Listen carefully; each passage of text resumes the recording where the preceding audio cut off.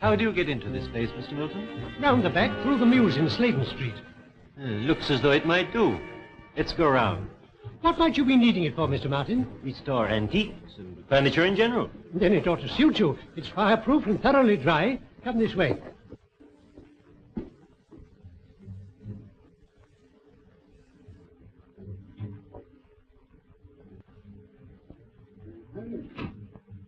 What's left of the booking office now? Well, Moran, Mr. Martin seems to have done his work very satisfactorily. I carried out your instructions in the letter, Professor. Now, Moran, let's get our bearings. That wall, I take it, faces Peldon Street. Exactly. Originally the main entrance to the station. And the lift shaft? Yeah, on this side.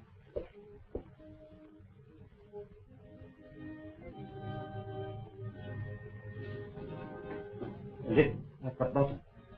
80 feet below. Quite a drop. Eh, Moran? The power was cut off, of course, when they closed the station. I think we are.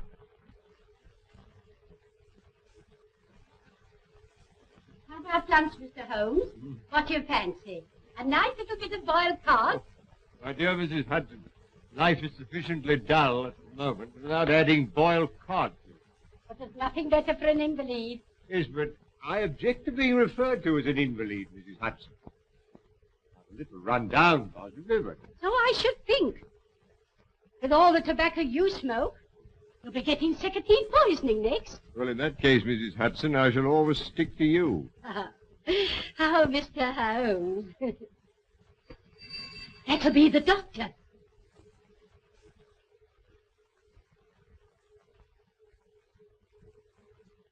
Dr. Watson. Oh. You caught cold? No, it's this infernal atmosphere. Oh. I suppose it is pretty thick. Thick? My dear Holmes, it's intolerable. You could cut it with a knife. What if I open the window? You walked here, I perceive. Yes. And on the left-hand side of the street. Yes, that's right. But how in the world did you know? Oh, my dear fellow, it's simplicity itself. You've got a little reddish soil adhering to your shoe. They're pulling up the flagstones in front of the Wigmore Street post office, and as the pavement is covered with that reddish soil, it's difficult to avoid treading in it. The post office is on the left-hand side of the street. Oh, of course, when you put it like that, it does sound simple. Yeah. It's elementary, my dear Watson, elementary. By the way, Holmes, I hope you've decided to take that holiday I prescribed for you. Well, up to 9 o'clock this morning, I was distinctly averse to the idea. But I've received a letter from an old friend of ours which inclines me to change my mind. I'm delighted to hear it. Who's it from? My dear fellow, I'll read it to you.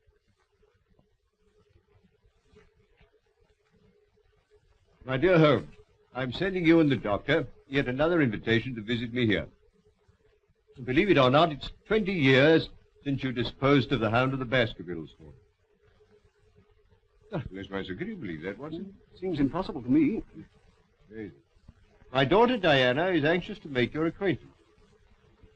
Yes, but she's engaged, Watson. To young Trevor, a neighbor of theirs. Oh. I know you hate the country just as I hate London. But stretch a point and come down for a week or two with Watson. Yours ever, Henry Baskerville.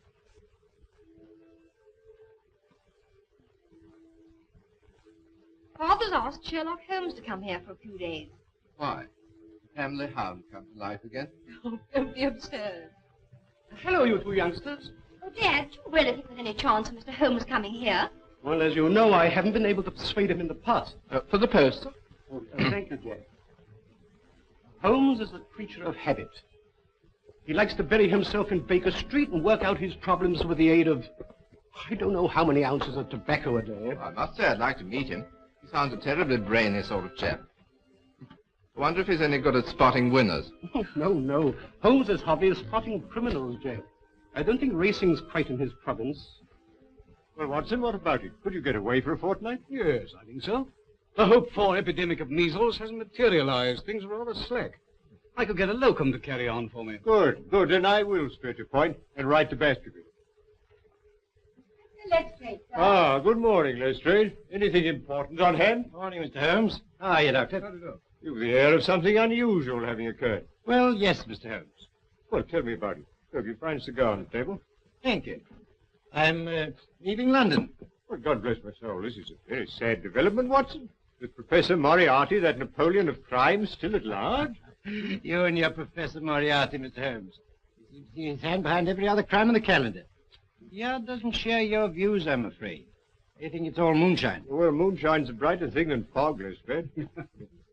However, tell me where you're going. Exeter. Exeter? Oh. Promoted Chief Inspector. Reorganizing the traffic, I presume. No. Barchester races. Half the West Country turn up.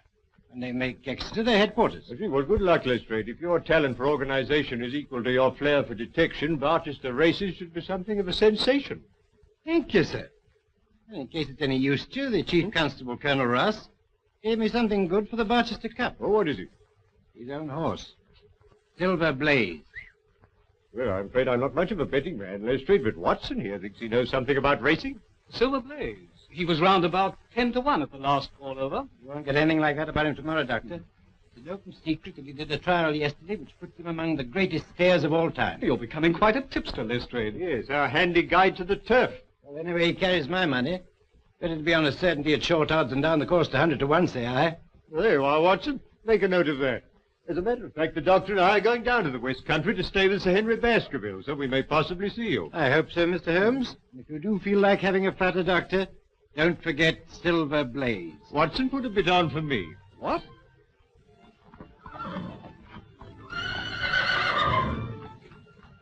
Looks fit enough, Colonel. Best horse I ever owned. Hey, Straker? You all right, sir? It'll take a good one to beat him. You fancy Lord Manston's horse, don't you? Desborough, yes, I have got a bid on him. We'll see how they stand at the betting tomorrow. There's a call over today at the Victoria Club. We'll probably hear all about it tonight. Oh, before I go, could I have a word with you alone, Colonel? Certainly. What is it? Well, I want to ask you a favor. I hope you won't mind. Could you lend me... Well, I really want £500. Monkey. That's pretty cool, isn't I'm it? in a devil of a hole, or I wouldn't ask for it. Yeah, but why come to me? Why not Sir Henry Baskerville? Well, it's to do with racing debts, and Sir Henry's terribly down on racing. Well, have you tried your bank? You've got security. Mortgaged up to the hilt. Oh, well, what about one of those financial firms? No, that's no good. I've been dealing with old Bingham. He won't spring another fiver. What, Albert Bingham, the moneylender? Oh, I'm sorry. There's nothing doing. Well, thanks all the same.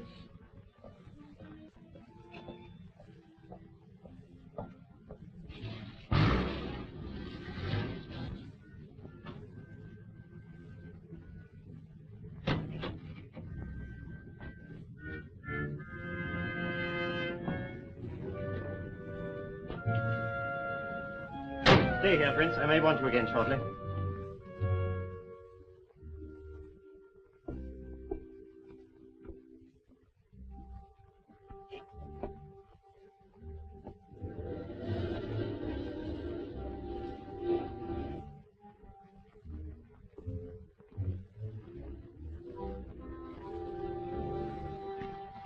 Those instructions, Barton. Sure. I'm expecting a visitor in a few minutes. You'd better stand by with Prince till he goes. Very good, Professor. Eh? Bring him in.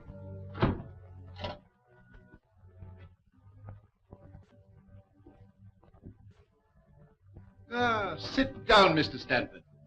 I understand you wish to consult me. Yes, that's right. What is your business? Look here, Professor. I'm a commission agent in a big way, I'm fully aware who and what you are. In that case, I'll come to the point. I've laid bets amounting to over £150,000 against Silver Blaze for the Barchester Cup, when his price was 100 to 6 against. You follow that? Perfectly. His trial yesterday proves he's a smasher, a world beater. At the call over at the Victoria Club tonight, he finished up a firm favourite at 7 to 2 against. I can't lay off anything to speak of, so to cut a long story short, if Silver Blaze wins the cup, I go out of business. I see. And you wish me to arrange that Silver Blaze does not come under starter's orders. Is that it? Exactly. I must confess that this is a somewhat unusual experience, even for me. I've had some little association with the turf, really as a form of recreation. And I have found in general that bookmakers are an honorable body of men. See here, Professor, I haven't come here... Sit down. I presume you are aware that what you are asking is out of my usual line of business. I thought you were prepared to take on anything for a consideration. Quite. Depends on the size of the consideration. Well, I've told you what I stand to lose. What's your price? £10,000. Pretty steep, isn't it? It's not my custom to argue about these matters, Mr. Stanford. Take it or leave it. Very well. Then that settles it. Now, Mr. Stanford, a few details. Where is the horse trained? King's Pyland, Dartmoor. Colonel Ross's training stable. Right.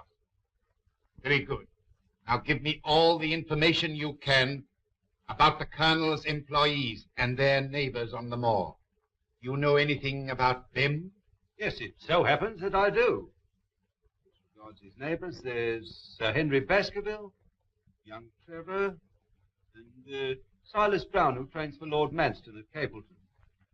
As to his employees, there's Straker, his trainer, Mrs. Straker, Hunter, the head lad, and the usual stable boys, and...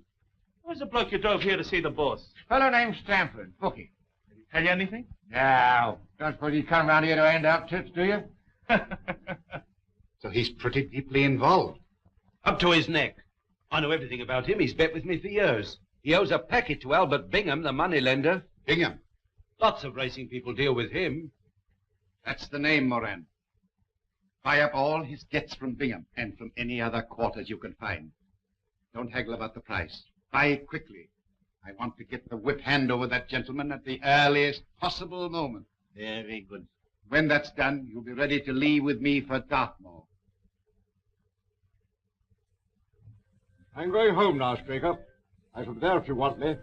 Take every precaution. That's all right, sir. Hunter here sleeps in his box every night. His bed's pushed across the door and he bolts himself in from the inside. No one could even attempt to enter without waking him. Good. I can trust you, Straker. Tell me, Jack, what is the matter? Nothing the matter, dear, really. Oh, yes, there is. I noticed it the moment you arrived. You're worried about something, aren't you? Really, darling, it's nothing. Here's the car.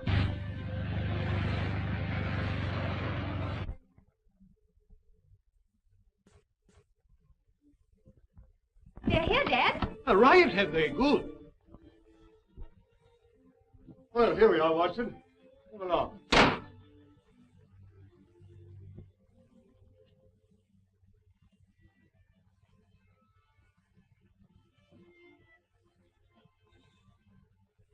Dear Holmes, delighted to see you. We're delighted to come. And you too, Doctor. Oh, that's very kind of you. Dad, looking at you both, I can't believe it's 20 years. Oh, you flatter us. Come along. I want you to meet my daughter. Oh, thank you. Delighted. Diana, this is Mr. Holmes, Dr. Watson, Mr. Trevor. Now, how about a whiskey and soda after your journey? Oh, thank you. I'm sure that's what Dr. Watson would prescribe. Well, if I did, you'd automatically refuse to take it. He grows more obstinate with the years, Baskerville. That's the way with most of us. Well, make yourselves comfortable. Oh, thank you. Well, now, Baskerville, tell me something about yourselves. Oh, no, Holmes. That won't do. You've got to do that. Carl's been promising us all a treat, Mr. Holmes. We shall see you in action. Yes, with Sir Henry as the victim. I mean that we should see Mr. Holmes do his stuff. This is a modern expression, Watson, signifying to display one's talents. That's right.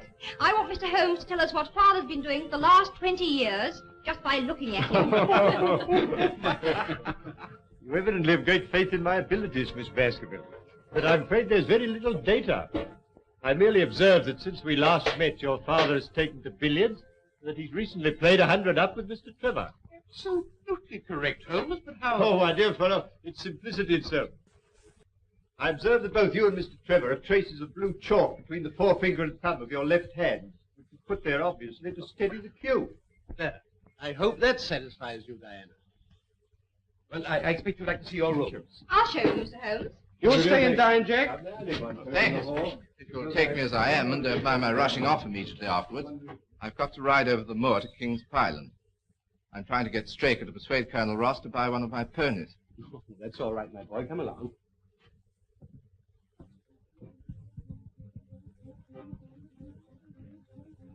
that curry coming along, Lizzie? Just about ready, Mrs. Straker.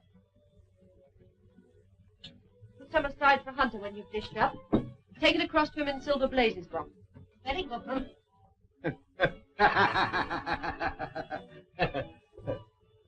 Everything all right, Hunter? Yes, thank you, sir. I do hope Mr. Straker isn't late. He specially asked for curry. Oh, you shouldn't be long now, Mum. Dinner's ready, Jim. All right, I'll just go and have a watch. Lizzie, don't forget Hunter's supper. Oh, no, Mum, I'm keeping it hot for him. All right, then you can bring ours in now. Very good, Mum.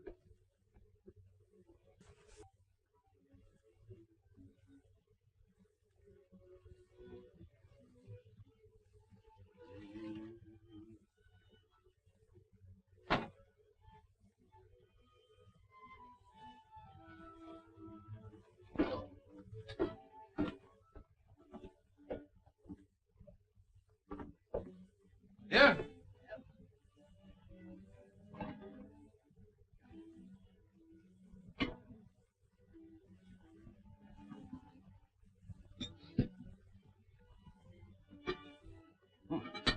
Smells good. All right?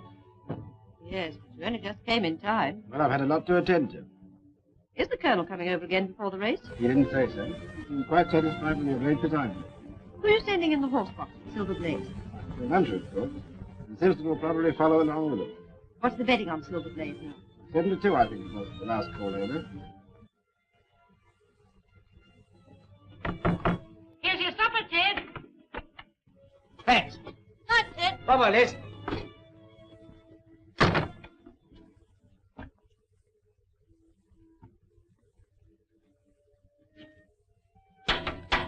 Anybody about? Oh, it's you, Mr. Trevor. Straker at home? Yes, sir.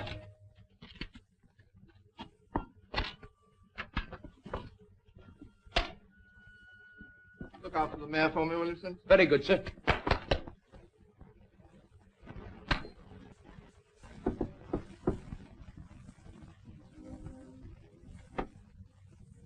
Ah, Mr. Trevor. Trevor not butting in. Not a bit. Come in. Called round to have a chat about that pony. Sit down. Have a drink? Please. Whiskey?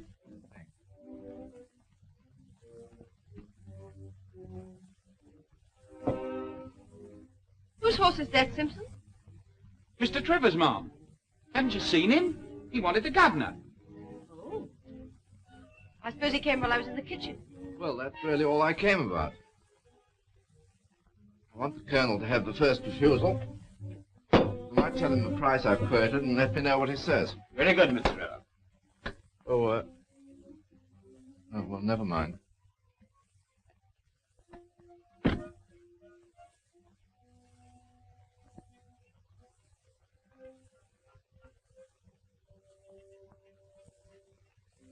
Mary.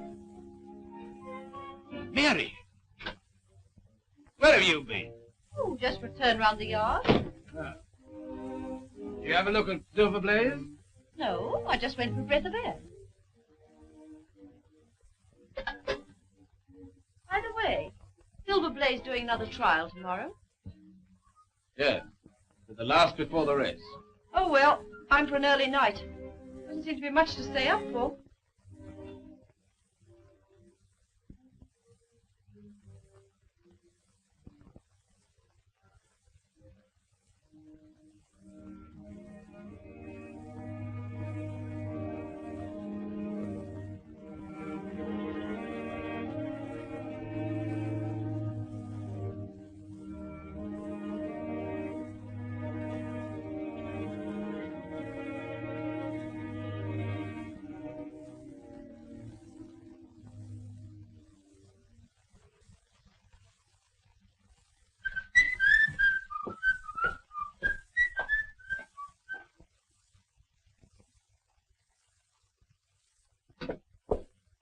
Here, Ted, wake up.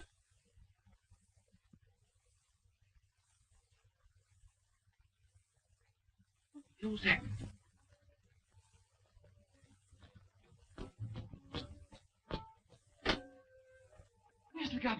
the governor? Why, isn't he in the yard? What's up? Is anything wrong with Silver Blaze? Gone. Gone? Yes. And Hunter's dead.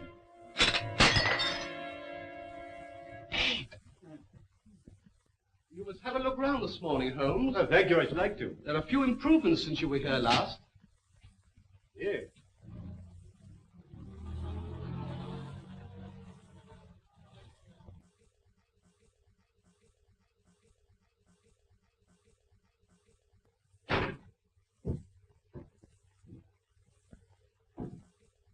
No, why, it's Ross. Who's there with him?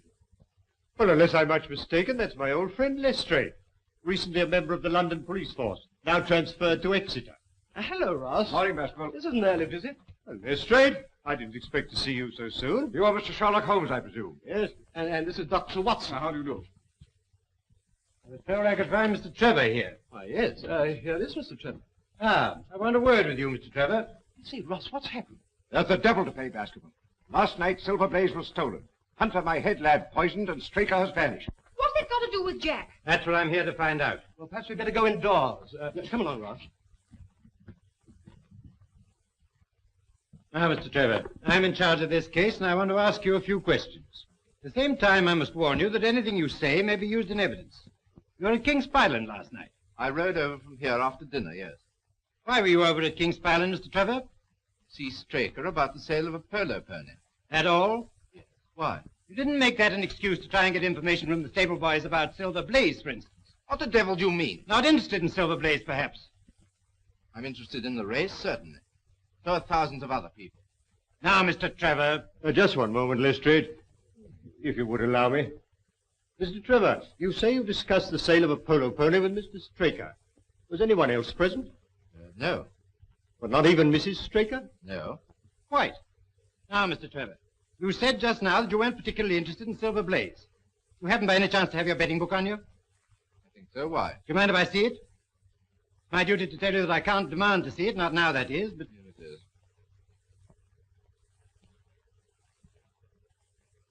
is. I see you backed Desborough, the second favourite to the Barchester Cup, to win you £5,000, Mr. Trevor. 5,000? But, Jack, you told me you only had a few pounds on it. I'm sorry, dear. I had my own reasons. Before you go any further, Lestrade, may I ask if it's your intention to apply for a warrant against Mr. Trevor? Not at the moment, Mr. Holmes. It's my duty to warn him. I'm in your hands, Inspector. I won't run away. As a justice of the peace, I will be answerable for Mr. Trevor. You better stay here, Jack, while the investigation's going on. Well, thank you, Sir Henry. Very well. Now, Mr. Holmes, I may as well be frank with you. There are things in this case which completely baffle me. Really? You surprise me. I was saying to Colonel Ross that I'd be glad of your cooperation. Well, the case certainly has some points of interest. But what does Colonel Ross say? Personally, I should prefer to leave the case in the hands of the official police force. If you don't mind my saying so, Mr. Holmes, I've not much use for amateur detectives. Oh, come, Colonel, come. Even they have their uses. Of course I've heard of you, Mr. Holmes. They say you've never been beaten. Well, it's true I've been generally successful. Well, I hope you'll be so with me. I wish to leave no stone unturned to avenge Straker and recover my horse. Very well, Lestrade, I'm at your service. Thank you, Mr. Holmes. I'll be getting along. I'll see you later at King's Pyland. Really, Holmes, I must protest. You're down here to recuperate, you know. Undoubtedly, my dear doctor, but only last night you suggested a tonic. Well, here is one ready-made. Yes, please, Mr. Holmes, for my sake and Jack's. You are, Watson. That settles it. Miss Baskerville, you may rely upon my doing all I can. I had to have the body taken to the cottage to make my examination, but nothing else has been disturbed. That hasn't taken this long, Colonel. Oh, no, they're very good roads in Devonshire. Mr. Holmes is coming over from Baskerville Hall to give us what help he can. He's been some slight assistance to me in the past, and anyway, he can't do any harm. Ah, here is Mr. Holmes. Dr. Salter, Mr. Sherlock Holmes, Dr. Watson. This is Silver Blaze's box.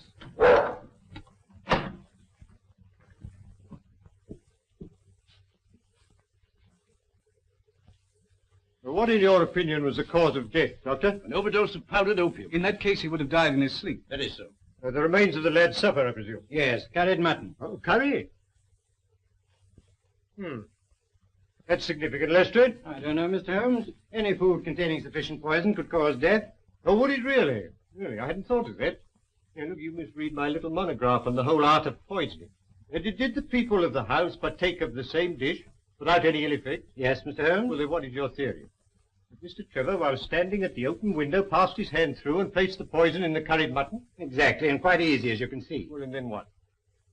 He opened the door with a duplicate key, took out the horse, and led it to some secret hiding place? The evidence against him is very strong. Well, it's purely circumstantial. It would be equally easy for the murderer, with the aid of a stick or a hunting crop, to pull back the bolt of the door. Yes, it is. Yes, quite easy, as you say, Leslie. Where is the stable boy who discovered the crime? Somewhere outside in the yard. Would you let me see him? Certainly, I'll fetch him.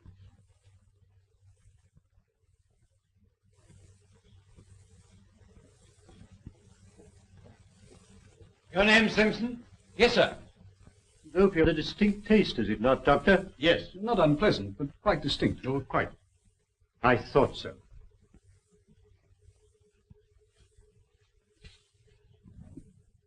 Oh, is this the boy? Yes. Now, my lad, you say that Mr. Trevor dismounted at the gates and asked you to water his horse. Yes, sir. And then? He went towards the cottage, sir. And in doing so, he would, of course, have to pass Silver Blaze's box.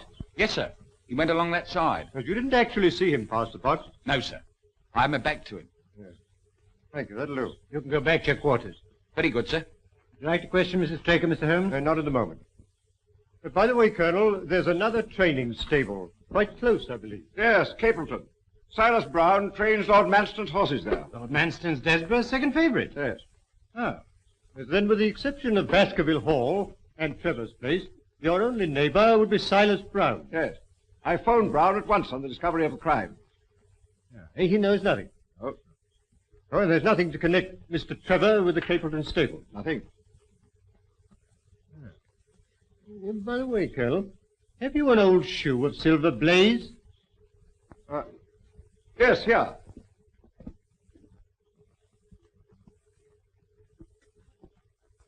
How about this one? Oh, yes. Yes, thank you.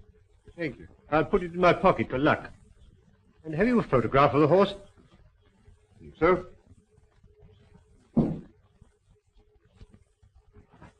This too? Perfect. Thank you. Do you mind? Not at all. Now, Watson, let us transfer our activities to the moor.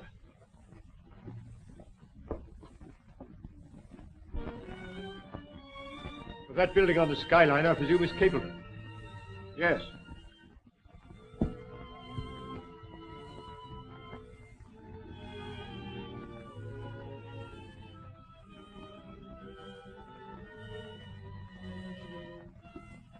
Look, there's an imprint of a hoof here.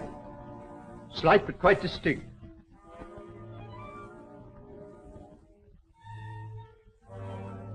An exact fit. And here are footmarks. Good Lord! What's that? Watson. It's Straker!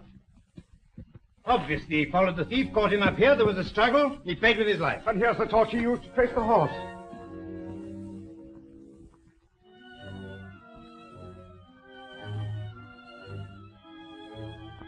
This is a very singular knife. Surely this is something in your line, Watson. Oh, yes. It's what we call a cataract knife. Yeah. As I thought. Devised for very delicate work. It's a curious weapon for defense. Lestrade? The best he could lay hands on at the moment, I suppose. Yes. Yes, very possibly. No trace of blood, I perceive.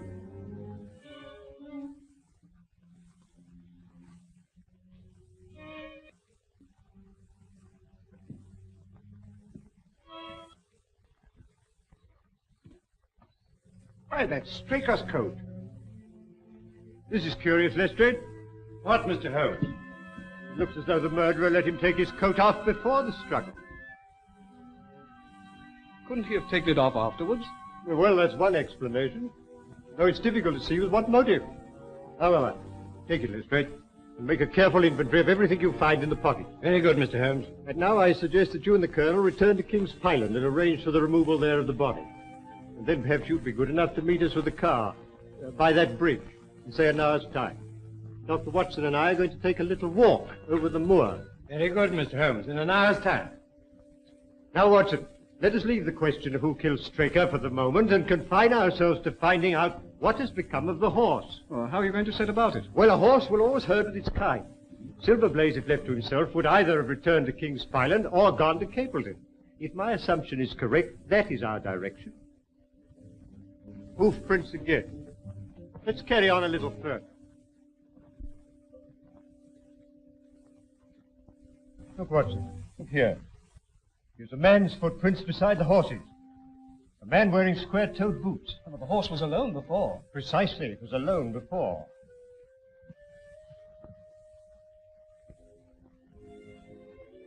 Here we are. Here's the same footprints. This time they're coming from Capleton. Yes, let's follow the trail. Looks in the pink, doesn't it? Yes, ready for anything. Aren't you desperate? Let's see. What is in the betting today? 5-1, second favourite.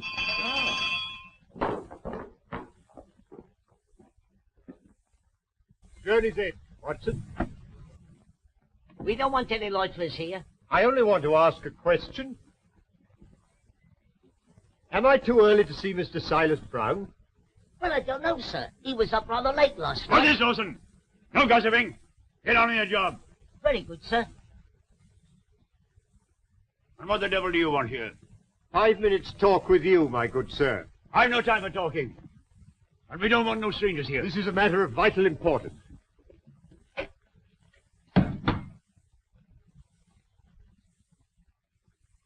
a lie. Very well. Shall we talk it over here or inside? All right. Come on. I shan't keep you more than a few minutes, Watson. That's all right, Holmes. Now, Mr. Brown, I'm at your service.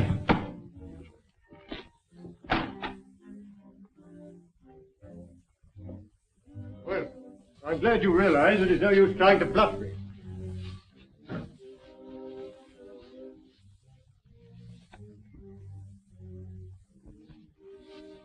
Yes, that's quite a clever bit of faking, Brown.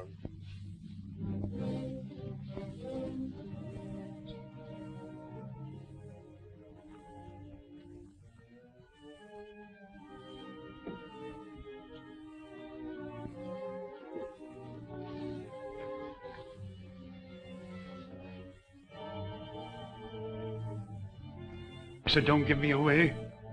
I'll return the horse. Very well. But providing you do as I tell you.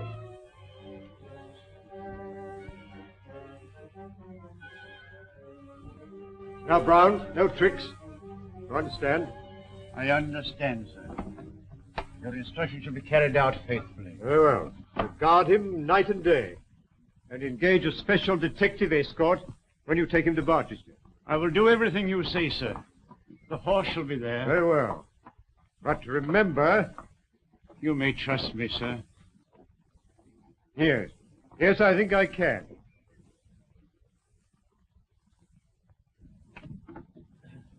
I'm sorry to keep you, Watson. Oh, that's all right. Well, a more perfect compound of the bully and coward than Silas Brown I've seldom met with. The horse is there, then? Yes. Of course, he tried to bluff it out. But I described to him so exactly what his actions had been last night that he's convinced I was watching him. Well, what actually happened, Holmes? I'll tell you. Now I must go and collect Mr. Holmes and Dr. Watson. I must say I haven't much hope of their having found the horse. I'll be here when you come back.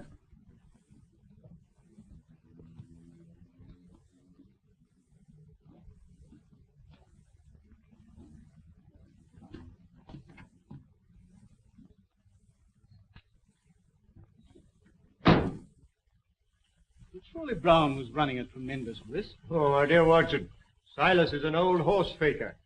He left nothing to chance. You actually saw the horse? Yes.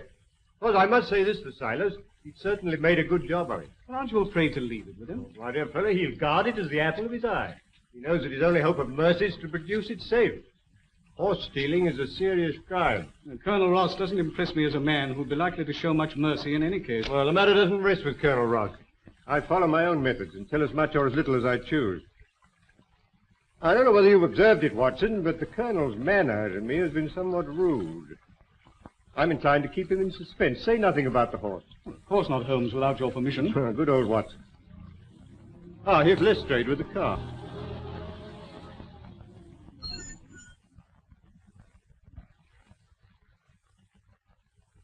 Well, Mr. Holmes, seen anything? Yes, we've seen some very interesting things, Lestrade.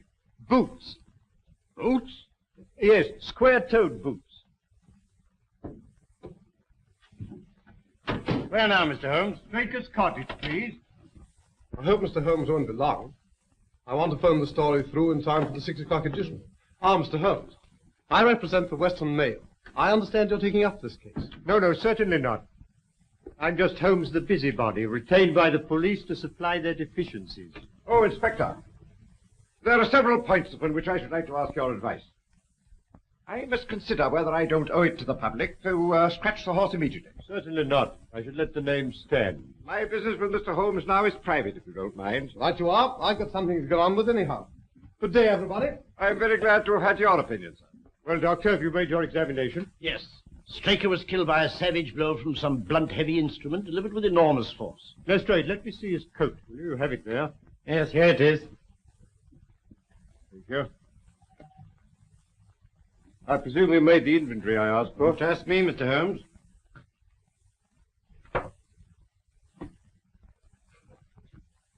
Letter in envelope. London postmark. Pipe.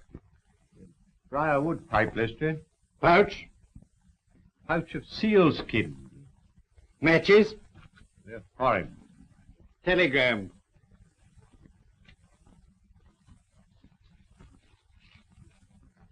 Handed in at Coombe Tracy. Let's see what the letter says first. Bingham & Co. Financier. 22A Bond Street, London, W1. J. Straker, Esquire, King's Pyland Stables, Devon. Dear Sir, please receive this as official notification that your commitments to us, secured by 6 promissory notes, were today purchased by Mr. Leslie Martin of 15 Lamb Street West, to whom you are now accountable. Yours faithfully, Bingham & Co. Our friend Straker seems to have been somewhat financially embarrassed. Now for the telegram. For cup final, send instructions. Will meet you as we agreed. Martin. I think Mrs. Straker might be able to help us here. She's in her room. I'll fetch her. Thank you, Doctor. I don't think she'll be much assistance, Mr. Holmes. Apparently she and Straker went to bed about the usual time. When she woke up in the morning, she found it gone. Still, I'd like a word or two with her, Lestrade, regarding her husband's habits. No one like a wife, I'll tell you that.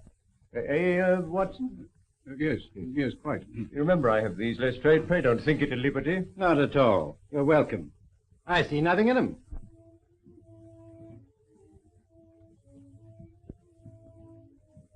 Oh, Mr. Lestrade, have you discovered anything? No, Mrs. Straker. Mr. Holmes has come over to help us. We shall do all that's possible. I won't detain you a moment, Mrs. Straker. I realize what you're going through. I just want to ask you this. Are you by any chance a light sleeper? Yes, Mr. Holmes. As it happens, I am. I noticed a dog in the yard. Does he sleep out there at night? Yes, always.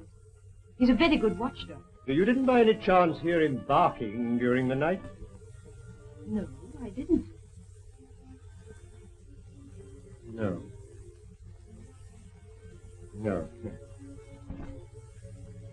Just one other thing.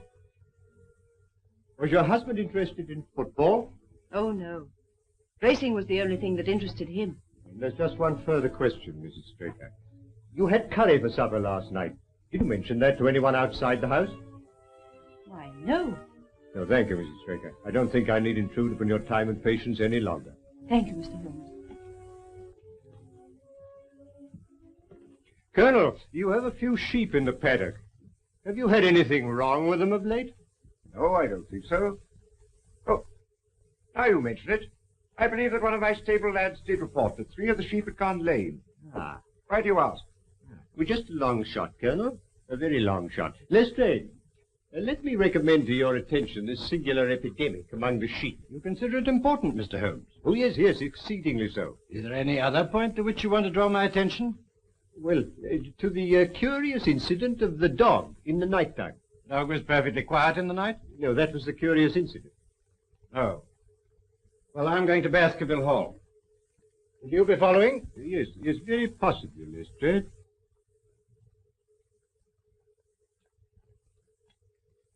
Hello. Hello. Hello. Could you please give me Coombe Tracy Post Office? Yes. Yes, I'll hold on. Coombe Tracy is a small village, is it not? Yes, just a hamlet. Then the postmaster would likely to remember any strangers who came into his shop. I should think so. Hello. Hello, is that the postmaster, Coombe Tracy? Look, I'm speaking for Mr. Straker of King's Pyland. He received a telegram yesterday signed Martin, dispatched from your office. If he cannot recall anybody of that name, could you kindly describe the sender to me? Yes.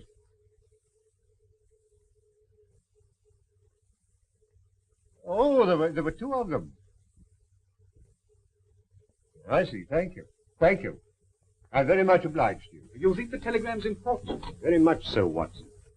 Well, au revoir, Colonel. We've had a charming little breath of your beautiful Dartmoor air. Then you despair of arresting the murderer of James Straker? Well, there are certainly grave difficulties in the way, but I've every hope that your horse will start, and I beg you'll have your jockey in readiness. And you've nothing definite to tell me? When we meet at the races, Colonel.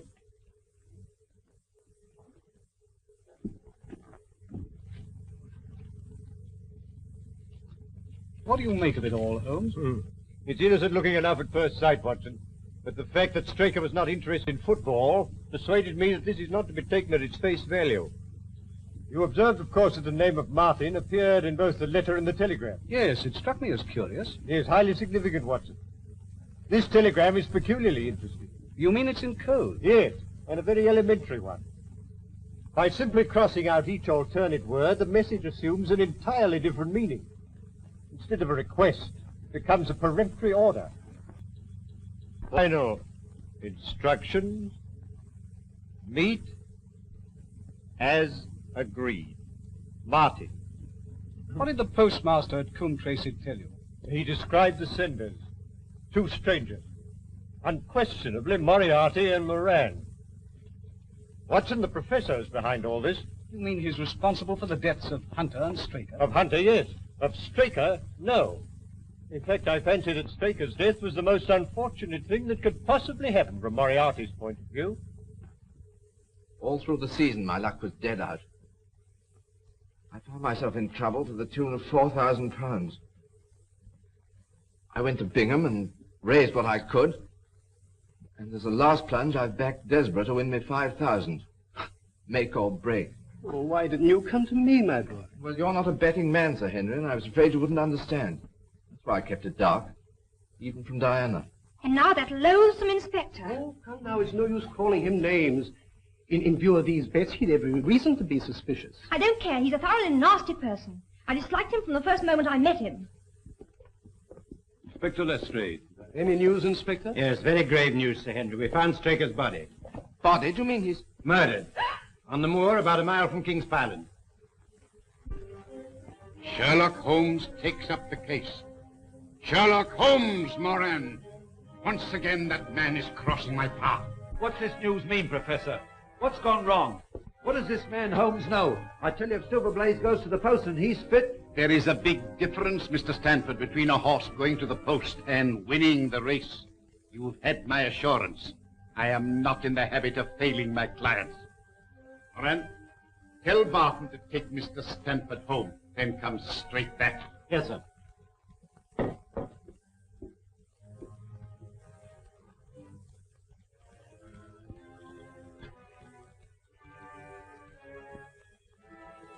Prince, it's now 4 o'clock.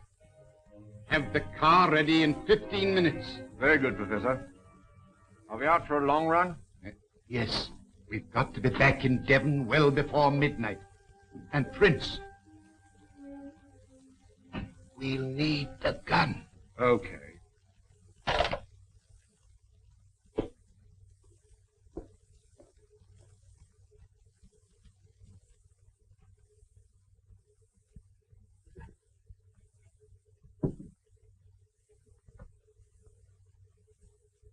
What have you got there, Prince? Oh, you haven't seen this little gadget before, have you? No. You hadn't joined us when it was last used. Let's have a look. It's a magazine air gun, absolutely silent and immensely powerful. Made specially for the Professor by a well-known foreign gunsmith. Seems you're going to use it again. Oh, there you are, Barton. I want you to take Mr. Stanford home. Yes, we're in deeper waters than you think, Lestrade, but we must take the case one step at a time. Now, I've progressed so far, I'm glad to say, as completely to exonerate Mr. Trevor. You've got to convince me, Mr. Holmes. I've every hope of doing so. Now, you will agree that Hunter was murdered in order that the horse could be stolen. Exactly, we all know that. When I examined the remains of Hunter's supper, I remarked on the fact that it consisted of curry. Yes, but I still don't see. Well, perhaps I can help you to see. And one or two other things as well. That was the first link in my chain of reasoning. Hunter was poisoned with powdered opium, and powdered opium is by no means tasteless. Well then, Mr. Holmes, why didn't the boy notice? By no means tasteless when mixed with any ordinary dish. Curry was exactly the medium which would disguise that taste. So, you remember that I asked Mrs. Straker if she told anyone they were having curry for supper that night, and she replied, no. Yes, I remember you putting that question. Well, it's surely too monstrous a coincidence to suppose that Trevor happened to come along with powdered opium on the very night when a dish was served which would disguise its flavor. That is unthinkable, Lestrade. That certainly is a strong point. And there's a further point, even more significant, Lestrade. The silence of the dog. Though someone had been in the stable and fetched out the horse, the dog had not barked enough to arouse Mrs. Straker, who was a light sleeper. Obviously, the visitor was some member of the household. And then what do you make of it, Holmes? One thing for certain. Trevor becomes eliminated from the case. Well, I confess, Mr. Holmes, in view of what you say, I don't know what move to make. Make no move at the moment, except to assure Mr. Trevor that all suspicions of him were unfounded. You know, we're old friends. As wrongfully to arrest the future son-in-law of Sir Henry Baskerville. I appreciate that. I'll speak to Mr. Trevor. Who's that taking my name in vain? Ah, Mr. Trevor. I've just had a little chat with Mr. Holmes, and I'm glad to say that he sees eye to eye with me. You quite understand that at the commencement of this case, it was my duty to follow up any clue, however slight. I don't mind telling you now that I never seriously suspected you. Well, he can't say fairer than that, can he? Well, I'm very glad you feel that way about it, Inspector. Yes, I still don't see how it helps us. Who did put the opium into the curry?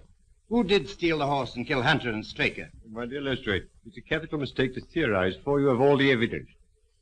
It biases the judgment. Then you're not going to tell us anything, Mr. Holmes? Well, not at the moment, Miss Baskerville. There's one other link in the chain to be tested, and to do that, I'm afraid we must return to London tonight. Tonight? Yes, Dr. Watson and I are sorry to have to run away like this. Well, there's nothing before the midnight train from Exeter. Dinner will be ready in a few moments. You've heaps of time to dine here in comfort before you go. Well, thank you. I shall be delighted. I hope you'll stay and dine too, Inspector. Oh, thank you, sir.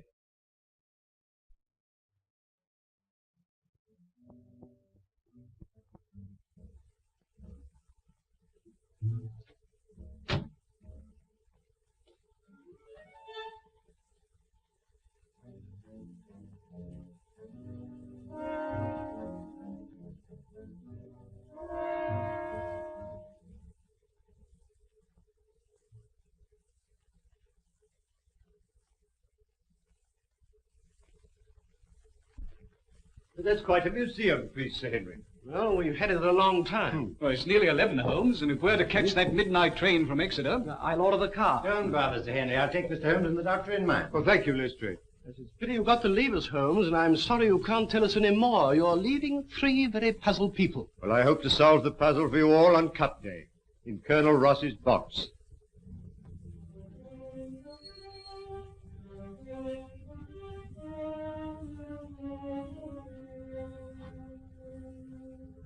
What's happening? I think he's going, Moran.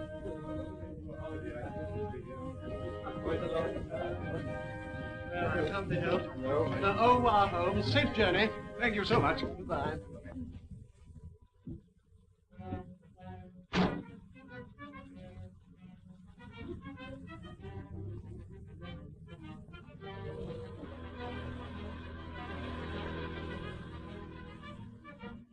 Quick, back to the car.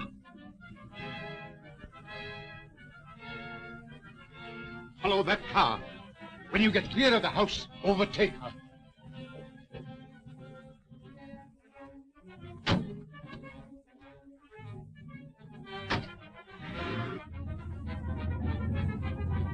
I've the strongest reasons for thinking that Professor Moriarty's the brains behind this crime. You know, he seems quite an obsession with you. But you still don't believe in the Professor? Frankly, Mr. Holmes, I do not. Another few yards, Moran, then let them have it. Hello. There's a car following us. Quick, down for your life.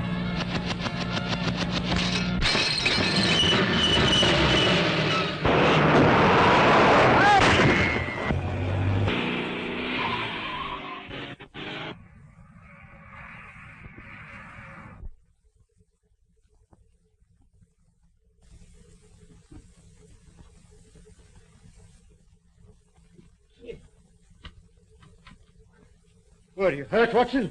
No, only a few bruises, but where's the driver? Here I am, sir. I'm all right. Sure?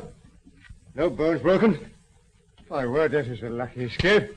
Hello, where's Lestrade?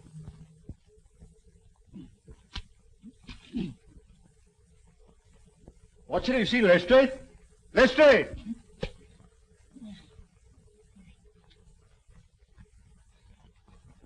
Ah, there you are, Lestrade. Well, do you believe in Professor Moriarty now?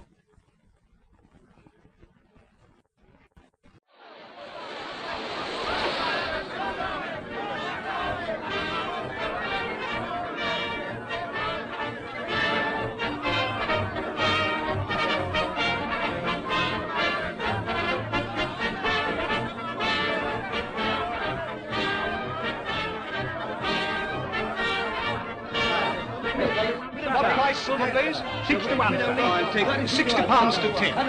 Silver Blaze, £60 to 10. Number 569. You, Silver Blaze, 5 to 1.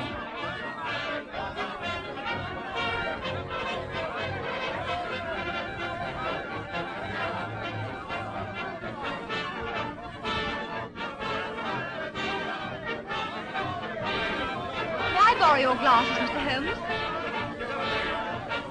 Thank you. You doing anything for the street out here? Well, they tell me sunstroke has a good chance. Oh, Mr. Holmes, you've assured me that my horse will go to the post. But we are still waiting to know who killed Straker and Hunter. I promised you should know everything today, Colonel, and you shall. Ah, Watson, you've been having a little flutter, I see. What? Well, if you want to conceal it, I suggest you find a deeper pocket for your betting ticket. It's all very well, Mr. Holmes, but we're waiting. Yes. Well, Colonel, in the first place, it will come as a shock to you to learn that Straker was a scoundrel, utterly unworthy of your confidence. Are you serious, Mr. Holmes? Yes. Acting under the orders of a master criminal who bought up his debts and so had it in his power to ruin him, he poisoned Hunter and then took Silver Blaze out on the moor in the dead of night. I can hardly believe it. Straker? But to what purpose? It was his intention to use that singular knife, you remember I found in his hand, to nick one of the tendons of the horse. With your wide experience of the turf, Colonel, you know it's possible to do that subcutaneously and leave no trace. The result would be a slight lameness, which would put down a rheumatism or a strain in exercise. You say it was his intention. You mean he didn't succeed? No. I examined the knife. There was no trace of blood. But why didn't he do all this in the stable? Why take him out on the moor? Well, for the best of reasons. When so spirited a creature felt the nick of the knife, he would certainly have roused the soundest of sleepers. But how did you arrive at all this, Mr. Holmes? I found several clues, the chief of which was the knife. You remember my asking you if you'd found anything wrong with your sheep? Yes, I remember. When you told me that some of them had suffered from lameness, that confirmed my theory. That Straker, before tackling the delicate operation on the horse, had been practicing on the sheep. Good heavens. But who interrupted the plot? Who killed James Straker? I'll waive that question for a few minutes, Colonel. Hello, the numbers are going up. What number is Silver Blaze? 9. 9. Oh.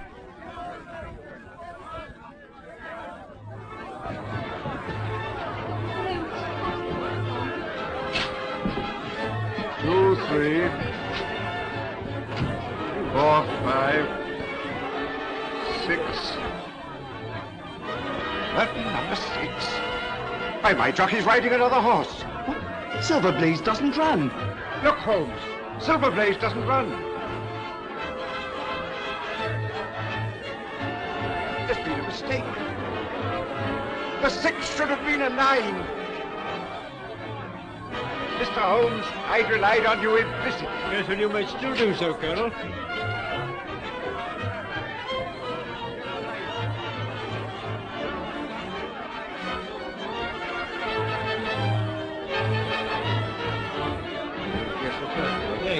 That is, yes, my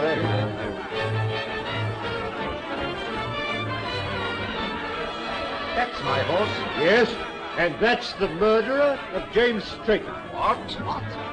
It was a kick from Silver Blaze that killed your trainer.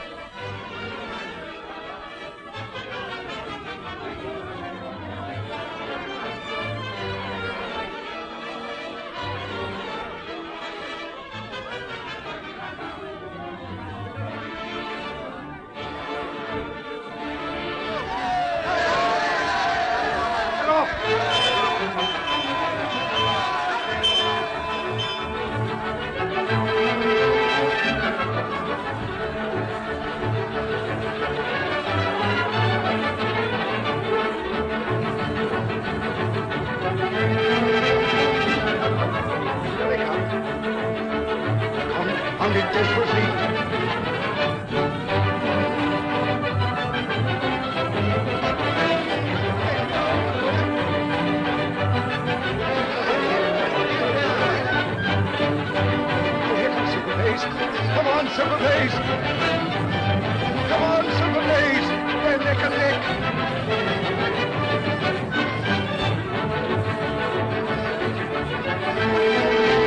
Come on, Silver Blaze, come on!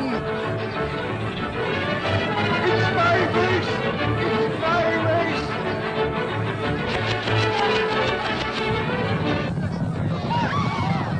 But he's off! Holmes, he's off! Desborough wins! Desborough! The bullet has penetrated the shoulder and lodged near the lung. But we heard nothing. You wouldn't. It was fired from an air gun. Noiseless and of tremendous power. How could it possibly be concealed in the crowd? In the interior of a specially designed kinematograph camera. Good heavens. But how on earth did you know? Well, I observed through the glasses a group of cameramen lined up near the winning post. I fancied I knew one of them. Mr. Holmes, what does this all mean? It means, Colonel, that you've been cheated of your race by the most cunning and dangerous criminal in London. Is there nothing can be done? Lestrade, who's the most likely man to give me some information on the betting for the cup? Difficult to say. Old Sam Silver's a member of the Victoria Club and a good friend of mine. Where can we find it? It's 100 to 1. It's in the Champagne Bar at this moment. I'll stay here with Merton if you don't mind. There's no question about it. Stanford had laid over £100,000 against Silver Blaze and got left with it. Point him out to me. There he is, Mr. Holmes, in the dark suit and the bowler. Thank you, Mr. Silver. Watson, I want you to take particular note of that man. Not a word, Sam. Trust me.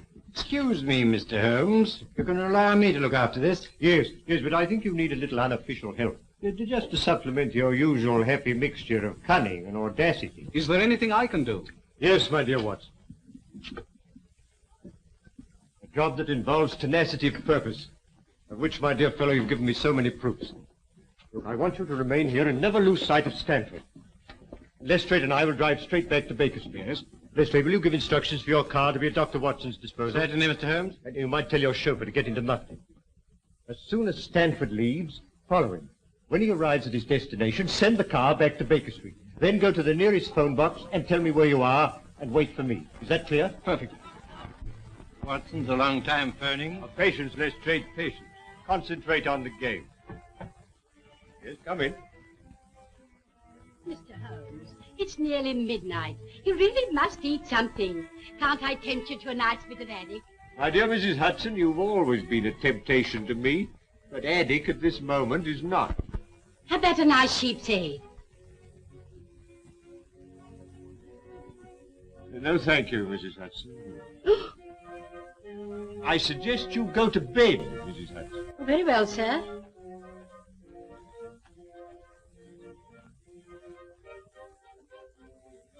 Still your move, Lestrade.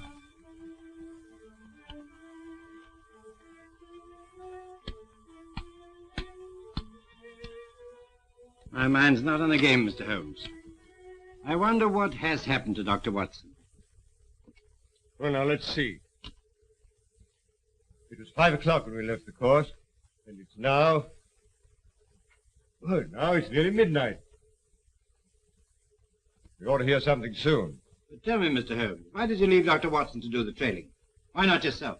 Because, my dear Lestrade, when you set out to draw a badger that's gone to Earth, you send a ferret down after it, while the man with the gun remains outside. Professor Moriarty is the badger, Dr. Watson is the ferret, and I, my dear Lestrade, am the man with the gun. I see. And Stanford? Well, Stanford, if he's a wise man, will go straight to Moriarty with whatever price he's paying.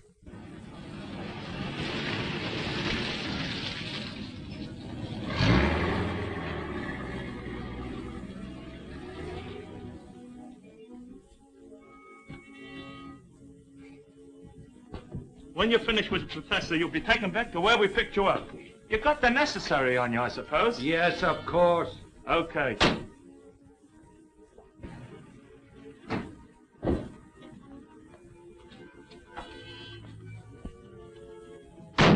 I want you to go straight to Mr. Holmes' rooms in Baker Street.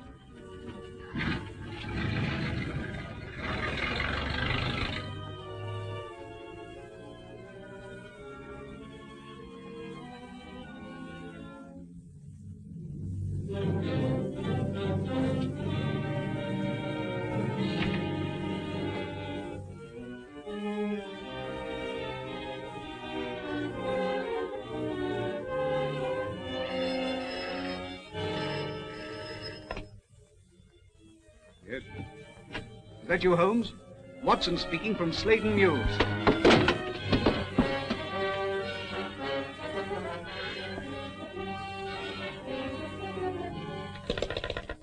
Watson! Quick, Lestrade, there's something wrong. They've got Watson. Inspector Lestrade, chauffeur, sir. Good. Drive us the way you dropped Dr. Watson. Right.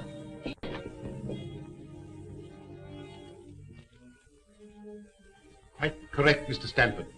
I must say this case has proved more intricate than I anticipated. It should have been worth a trifle more. However, perhaps next time. You may go. Barton? Yeah.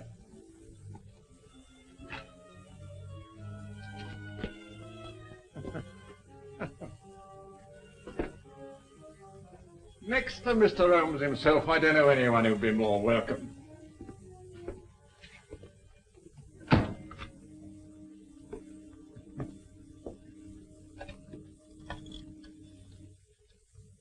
Hello.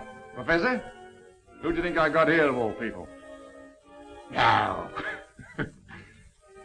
Dr. Watson. Eh? Watson, did you say? Dr. Watson? What's he doing here? Moran. Yeah. Yes. Caught him prowling around the yard.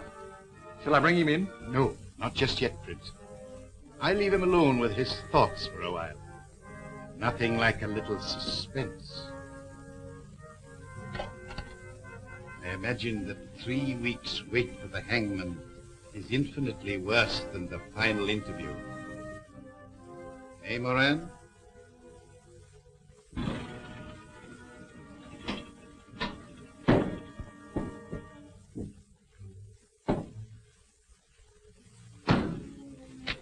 You wait here.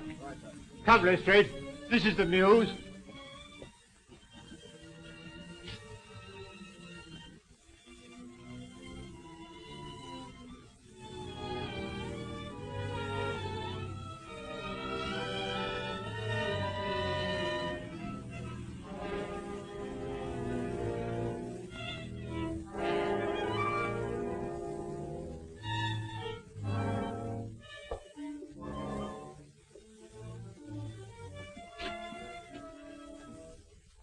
Looks pretty solid, Lestrade. What building is this? This must be the back of the old Felden Street Tube Station.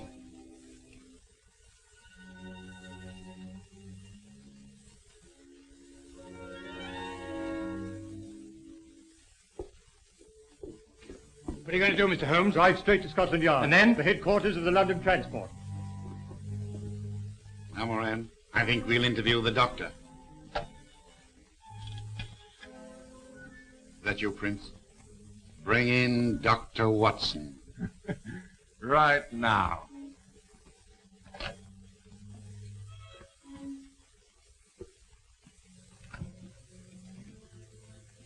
Now then, Doctor.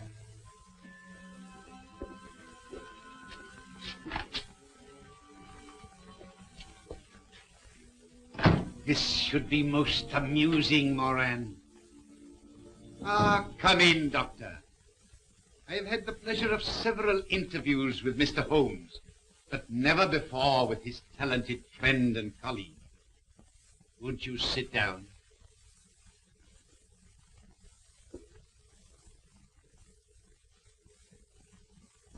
May I ask what you are doing in this neighborhood? I'd good reason to think it was your neighborhood, Professor.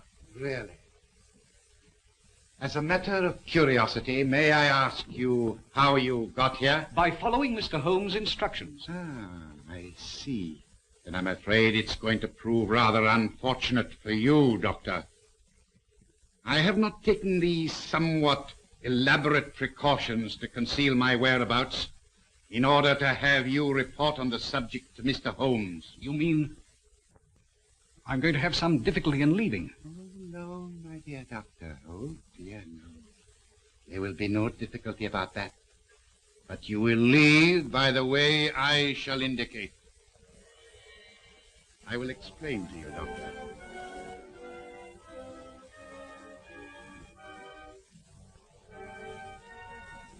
You are now in what was the Peldon Street Tube Station. Behind that panel is the lift shaft. It's a sheer drop of 80 feet. If you have any last message to send to Mr. Holmes, I will see that it is delivered. Sherlock Holmes will fall a reckoning with you, Moriarty, without any reminder from me. So that is your last word.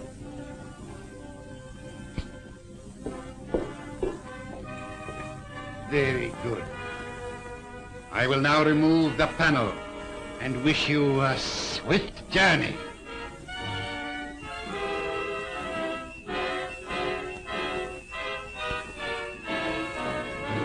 Don't move, any of you.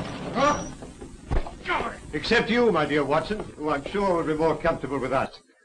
You must excuse me for trespassing on your private property. I've had the lift put in order again. You clever... no compliments, please. I arrest you, Robert Moriarty. On what charge? For being concerned in the murder of the stable boy Edward Hunter. And for an attempt on the life of Mr. Sherlock Holmes, Dr. Watson, and... That'll do to go on with, Lestrade. When the Professor has answered to those charges, there will doubtless be a number of others to occupy his attention. Listen, Holmes. There's no prison can hold me. You know, I almost wish that were true, Professor. Life would be very dull without your activities. Watson, might I trouble you for a match? I think our quiet rest in the country has been a great success. Damn you, Holmes. Ask you. Well, it's the most amazing case we've ever solved, Holmes. Elementary, my dear Watson. Elementary.